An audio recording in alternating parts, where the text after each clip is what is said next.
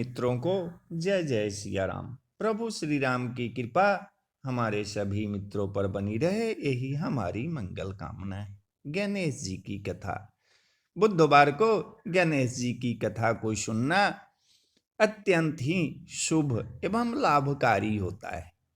तो आइए कथा शुरू करते हैं।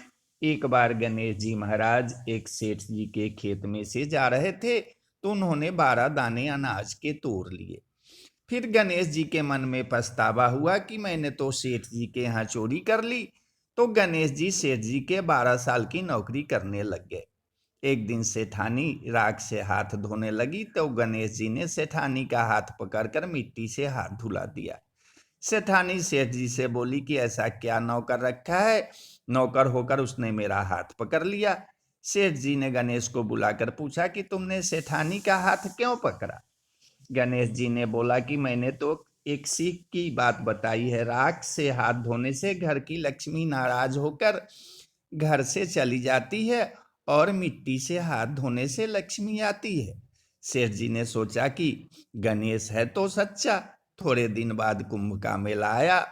सेठ जी ने कहा, गणेश सेठानी को कुंभ के मेले में स्नान करा के ले आओ।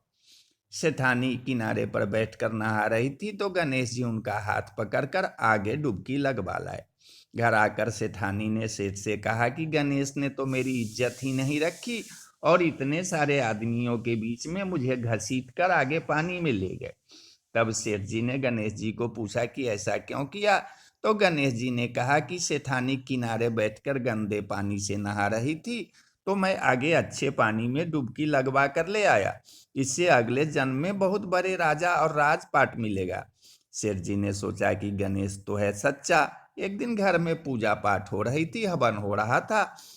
सेठ जी ने गणेश को कहा कि जाओ सेठानी को बुला कर ले आओ।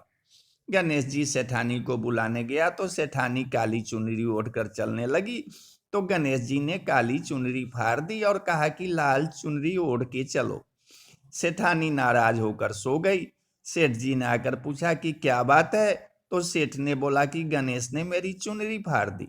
सेठ जी ने गणेश को बुलाकर बहुत डांटा और कहा, तुम बहुत बदमाशी करते हो।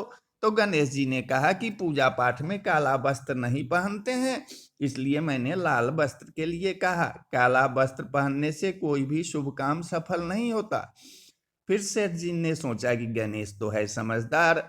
एक दिन सेठ जी पूजा करने लगे, तो पंडित जी ने बोला कि वो गणेश जी की मूर्ति लाना भूल गया, अब क्या करें। गणेश जी ने बोला कि मेरे को ही मूर्ति बनाकर विराजमान कर लो, आपके सारे काम सफल हो जाएंगे। यह बात सुनकर सेठ जी को बहुत गुस्सा आया। वो बोले कि तुम तो अब तक सेठानी से ही मजाक करते थे, मेरे से भी करने लग गए। गणेश जी ने कहा, मैं मजाक नहीं कर रहा हूं, मैं सच कह रहा हूं। इतने में ही गणेश ने गणेश जी का रूप धारण कर लिया। सेठ और सेठानी ने गणेश जी की पूजा की। पूजा खत्म होते ही गणेश जी अंतर ध्यान हो गए। सेठ सेठानी को बहुत दुख हुआ। उन्होंने कहा कि हमारे पास तो गणेश जी रहते थे और हमने उनसे इतना काम कराया। गणेश जी ने सपने में आकर सेठ जी को कहा कि आपके खेत से मैंने 12 अनाज के दाने तोड़ लिए थे, उसी का दोष उतारने के लिए मैंने आपके यहाँ काम किया था। सेठ जी के करोड़ों की माया हो गई। हे गणेश जी महाराज, जैसा सेठ जी को दिया वैसा सबको देना। कहने वाले और सुनने वाले और सारे परिवार को देना। जय श्री गणेश, जय श्री गणेश।